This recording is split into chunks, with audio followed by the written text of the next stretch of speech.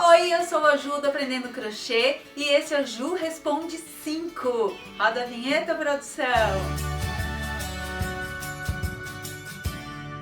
Nesse quadro, respondo pra você todas as dúvidas que você deixou no Ju Responde anterior. Deixa nos comentários abaixo do vídeo que eu respondo no próximo, tá bom? Então eu vou passar um pouquinho do que eu sei, da minha experiência, ajudando você com as suas dúvidas. A primeira pergunta que eu tenho aqui é da Fábio Santa. Aprendi crochê há pouco mais de um ano e você tem muito a ver com isso, mas agora ando sentindo muita dor no ombro. O que fazer? Fábio, quando eu tenho dor no ombro é somente postura. Então eu tenho duas dicas para te dar. Geralmente quando a gente tá fazendo crochê, a gente vai indo, né? A gente vai baixando, baixa a cabeça, vai ficando nessa posição aqui. E o que acontece? Acaba que enrijecendo essa parte aqui que vem do pescoço, nessa parte aqui da cervical e vai até no ombro, né? Então na realidade é toda essa parte aqui. Então você tem que cuidar da postura. Eu geralmente crocheto numa cadeirinha dessas que você tem de cozinha, enfim, uma cadeirinha normal. Sento que eu fico com a posição, com a coluna bem apoiada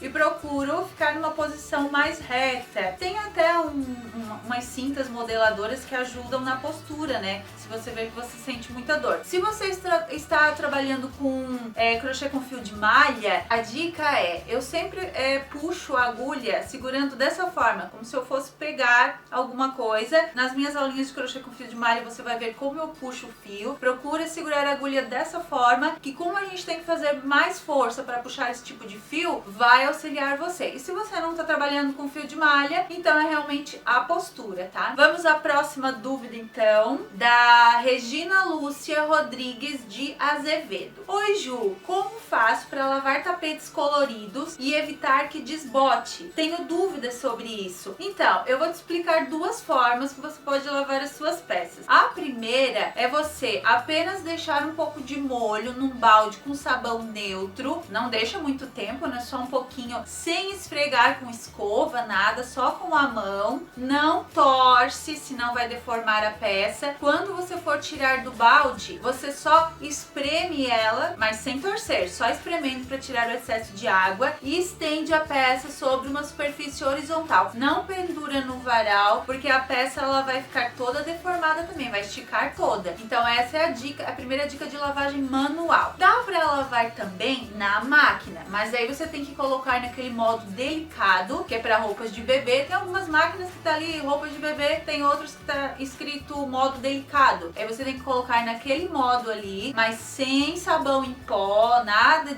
desses produtos. Você coloca só sabão neutro mesmo na lavagem e depois estende numa superfície horizontal, tá? Então dessas duas formas que você pode lavar as suas peças de crochê, os seus tapetes coloridos, tá bom? Próxima dúvida, da Rosane Celestino. Eu gostaria de fazer um detalhe de crochê na gola em V, me ajuda por favor. Geralmente nas golas em V, Rosane, você pode colocar uma barrinha de ponto baixo, relevo. Aquele ponto baixo você vai pegando só na alça de trás das correntes e fazendo as carreirinhas, ela vai ficando como se fosse uma barrinha de tricô, mas é um falso tricô. Então você pode fazer uma barrinha daquela com uns 3 centímetros, dependendo, não sei se você vai fazer um colete ou você colocou aqui na gola, pode ser blusa, colete, né? Faz uma barrinha em separado na medida da abertura da gola e depois você costura aquela barrinha por dentro da gola com uma agulhinha de tapeçaria. Aí fica aquele detalhe de barrinha sanfonada, como se fosse aquelas barrinhas de tricô. Tá bem legal. Pra punho, pra gola também e pra parte de baixo de blusas e coletes, tá? Próxima dúvida, da Soeli Bertoli,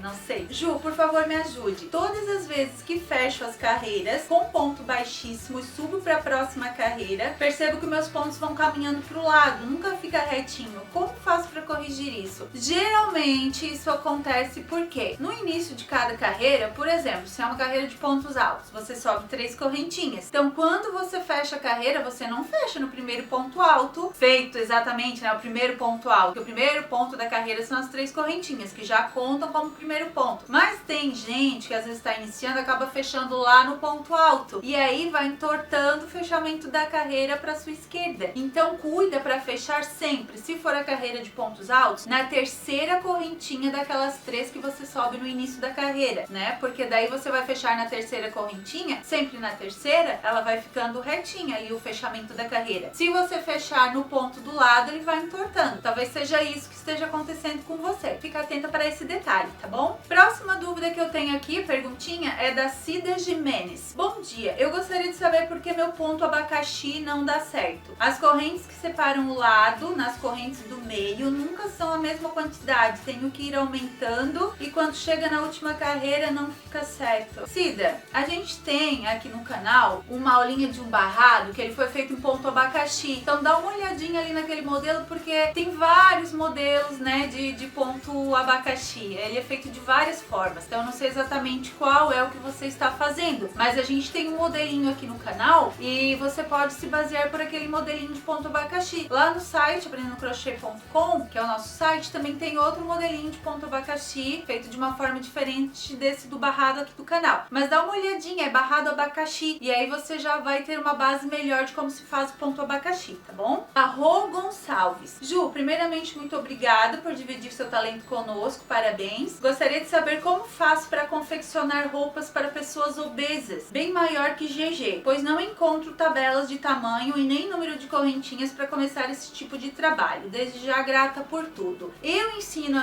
as peças de vestuário que eu crio por medidas. Nunca ensino por quantidade de correntinhas, porque assim, a tensão do ponto de uma pessoa é diferente da outra. Então você pode trabalhar com o mesmo fio que eu trabalhei, a mesma agulha e a mesma quantidade de correntinhas e não vai ficar com a mesma medida, porque a tensão do teu ponto é diferente do meu. Então eu sempre ensino por medidas. Todas as peças que eu ensino aqui no canal, no site, é por medidas. Medidas do comprimento do braço, medida do busto. Então geralmente quando eu começo uma blusa, por exemplo, sempre, se a blusa é curtinha, né, pela medida do busto. Você vai tirar a medida do busto da pessoa para a largura, depois você vai tirar a medida para o comprimento na prova, vai pedir a medida da pessoa, ou então por uma peça de roupa dela, você pode pegar uma blusa dela e pegar as medidas. Pega uma peça que eu ensinei aqui no canal, um casaco, por exemplo, vê as medidas que eu utilizei ali, comprimento do braço, comprimento do ombro, até a perna, que é o comprimento total, vê ali a altura da cava, geralmente eu deixo as medidas para todos os tamanhos da cava, né, explico na aulinha, a largura, que é a medida do busto. Então você vai tirar as medidas da pessoa, que é a melhor forma de você fazer a sua peça corretamente. Como outras meninas já responderam a tua pergunta ali também, elas fazem pelas medidas. Então eu também acho a forma mais correta. Então essas foram as dúvidas de hoje do Ju Responde 5. Se eu não respondi a tua dúvida, não fica triste, tá? Deixa a tua dúvida aqui nos comentários desse vídeo que eu vou procurar responder no próximo Ju Responde, que é o Ju Responde 6, tá bom? E a gente se vê no próximo Ju Responde.